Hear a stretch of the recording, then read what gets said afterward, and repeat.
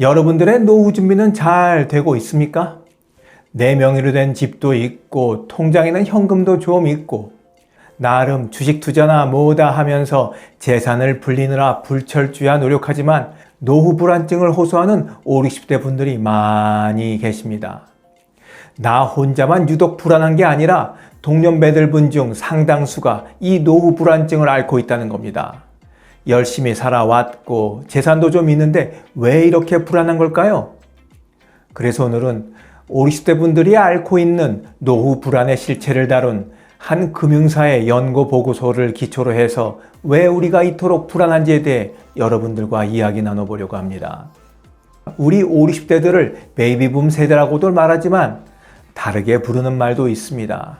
한철 피었다 사그라드는 단년생 식물이 아니라 해마다 철마다 꽃을 피우는 다년생 식물을 비유해서 퍼레니얼 세대라고 부릅니다. 자, 보세요.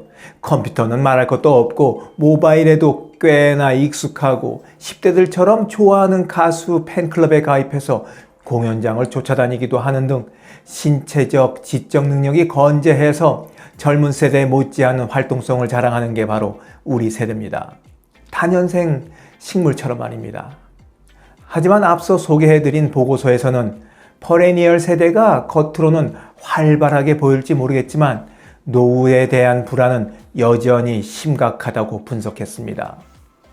빈곤층도 아니고 당장 길로 나가는 것도 아닌데 왜 이 노후 불안증은 사람을 옥죄는 걸까요? 그 첫 번째 이유는 이렇습니다. 노후 자금용 저축 규모가 스스로 정한 목표에 미달되고 있기 때문입니다. 예를 들어 노후를 위해 월 100만 원씩 저축을 하겠다고 목표를 잡았다고 치자고요. 그런데 실제로는 목표의 60%, 70% 수준에서 멈추는 게 다반사입니다. 애들 학원비다 뭐다 당장 급하게 쓸 돈이 생겼거나 소비가 늘면서 노후 자금 준비는 늘 뒷전으로 밀리기 십상이니까 목표액을 채우기가 그리 쉬운 일이 아닌 거죠. 그런데 이런 일이 어쩌다 한번 일어나면 그나마 다행이지만 거의 매달 일어난다고 해도 과언이 아닐 정도로 자주 벌어지거든요. 그러니 이번 달도 목표를 이루지 못했다는 실망감, 돈을 예산 외로 많이 썼다는 자책감도 뒤섞이면서 노후 불안증은 증폭됩니다. 그럼 목표를 낮추면 되지 않냐 할 수도 있지만 당초 계산에는 이 정도는 저축이 가능하다는 결론에 이르게 된 계산이 있었기 때문에 목표액을 낮춰도 여전히 심적으로는 찜찜하고 불안감이 가시지 않는다고 그래요. 그래도 자꾸 어기는 것보다 목표 수준을 낮춰서 이를 지켜가는 게 훨씬 좋습니다. 계속 진행하기도 좋고요. 심적 부담도 가벼워져서 좋고 말입니다. 그보다 더 바람직한 것은 처음부터 목표를 잡을 때 의욕만 너무 앞세우지 말고 현실적으로 가능한 목표를 세우고 일단 목표를 잡았으면 무슨 일이 있어도 지키려고 하는 게 더 중요합니다. 그래야 불안에 시달리지 않고 목표를 이뤘다는 성취감에 숙면을 할 수 있게 됩니다. 노후 불안증에 시달리는 두 번째 이유는 너무 막연하게 돈을 모으고 있기 때문입니다. 돈을 안 모으고 있어서가 아니에요. 돈을 모으는데 막연합니다. 재정 전문가들이 조언을 하기를 노후 자금을 모을 때 용도별 통장을 만들어 저축하라는 겁니다. 이를테면 여행 통장, 의료비 통장, 생활비 통장, 취미를 위한 통장, 비상금 통장 이렇게 말입니다. 현실적으로 이렇게 여러 통장을 만들기가 힘들다면 하다못해 작은 손장부라도 만들거나 엑셀을 이용해서 용도별로 분류하면서 기록해 나가는 이런 방법도 있겠습니다. 예를 들어 이번 달에 100만 원을 노후 자금으로 통장에 넣었지만 여기에는 여행자금 10만 원, 의료비 30만 원, 생활비 40만 원, 취미비 10만 원, 비상금 10만 원 등 이런 명목으로 들어간 것으로 기록하면 각 항목을 눈으로 확인할 수 있어서 아주 좋습니다. 또 이렇게 분류해 놓으면 더 좋은 것이 있는데 꺼냈을 때도 딱 한도가 정해져 있으니 그 예산 안에서 돈을 쓸 수 있다는 겁니다. 노후에 우려되는 재정 이슈를 명확히 구분하지 않으니까 돈을 모아도 계속 안개 속을 걷는 것처럼 불안증이 가시질 않게 되는 겁니다. 심지어 따로 노후자금을 모으지 않는다고 답한 사람들의 40%는 특별한 용도 목적 없이 저축한다고 답했습니다. 그냥 저축하는 거예요. 이걸 뭐 노후자금이다 이렇게 딱지를 붙여놓는 게 아니라 그냥 저금을 계속하는 겁니다. 이렇듯 노후 대비용 저축이 충분치 않거나 저축을 하더라도 용도별로 세분화하지 않고 막연하게 돈을 모으는 것은 노후 준비의 체감도를 훅 낮추게 되는데, 이게 우리를 늘 노후 불안증에 시달리게 만드는 이유입니다. 노후 불안증에 시달리는 세 번째 이유는 재산은 많은데 현금은 없기 때문입니다.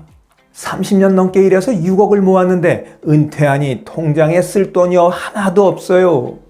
서울 강서구에 사는 58세 김모 씨가 한 신문사와의 인터뷰에서 했다는 말입니다. 그는 매달 대출금과 카드값이 빠져나가고 나면 밥 한 끼 사 먹을 돈도 아끼게 된다고 털어놨습니다. 통계청에 따르면 2024년 기준 50대 가구의 평균 자산은 약 6억 1천만 원으로 전 세대 중 가장 높은 자산을 보유하고 있었습니다.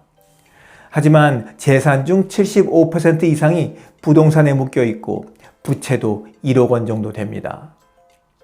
60대 와서는 자산 규모도 부채도 50대에 비해서 줄어듭니다. 60대의 평균 자산은 약 5억 8천만 원이고 부채는 6,300만 원 정도 됩니다. 60대가 되어서도 아직 갚아야 할 빚이 자산의 10.86%나 짊어지고 있게 되는 겁니다. 이게 다 뭐 때문이겠어요? 부동산 때문입니다. 집 때문이죠. 대출금의 원금과 이자를 갚느라 현금 흐름이 막혀서 생활비 부족에 시달리고 있는 겁니다. 돈을 버는 지금도 생활비가 부족해서 시달리는데 수입이 끊기는 노년에는 어떻게 살 수 있을까? 걱정에 걱정이 꼬리를 물면서 불안증은 한층 심해지게 됩니다. 5060 세대는 특히 내 집을 자녀에게 물려주려는 경향이 강하다고 합니다. 부동산 시장 호황기를 겪은 세대이기 때문에 부동산 불패에 대한 믿음이 강하고 자녀 세대의 경제적 어려움을 고려해서 집을 쉽게 처분하지도 못합니다. 이러지도 못하고 저러지도 못하고 완전히 덫에 걸린 양상입니다. 나중에 집을 활용해서 주택연금을 받으면 편안하게 지낼 수 있다고 말을 해도 소기의 경읽기나 마찬가지여서 주택연금 가입 요건을 완화했지만 여전히 가입률은 기대에 못 미치고 있는 실정입니다. 부유한 빈곤층인 50, 60대들이 노후 불안증에 가슴이 조여오고 밤잠을 설치고 있습니다. 오늘 여러분들과 함께 노후 불안증을 불러오는 원인과 그 해법도 함께 살펴봤는데 얼마나 행동에 옮기실지는 잘 모르겠습니다. 그냥 그렇구나 하는 정도로 머리로만 알고 끝나면 이 불안증을 해소할 수 없습니다. 집은 덩어리가 크니까 당장 어떻게 할지 모르겠지만 앞서 말씀드린 두 개, 목표액을 현실적으로 낮추는 것, 그리고 왜 돈을 모으는지에 대해서 용도별로 구분해서 딱 한눈에 볼 수 있게 하는 것, 그건 지금이라도 실천할 수 있지 않을까 싶습니다. 그것만 해도 노후 불안증이 많이 가실 겁니다. 영상을 보신 모든 분들이 노후 불안증 없는 평안한 하루하루를 보내시길 바라면서 오늘 이야기를 마치도록 하겠습니다. 지금까지 원더풀 인생 후반전이었습니다. 감사합니다.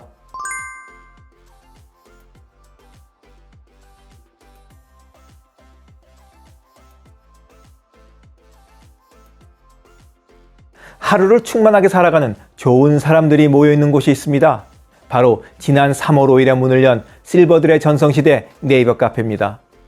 서로를 격려하고 응원해주는 넓은 마음과 나와 다른 생각을 지닌 사람까지 포용할 수 있는 열린 마음을 갖고 계시다면 실버들의 전성시대에 가입하시기 바랍니다.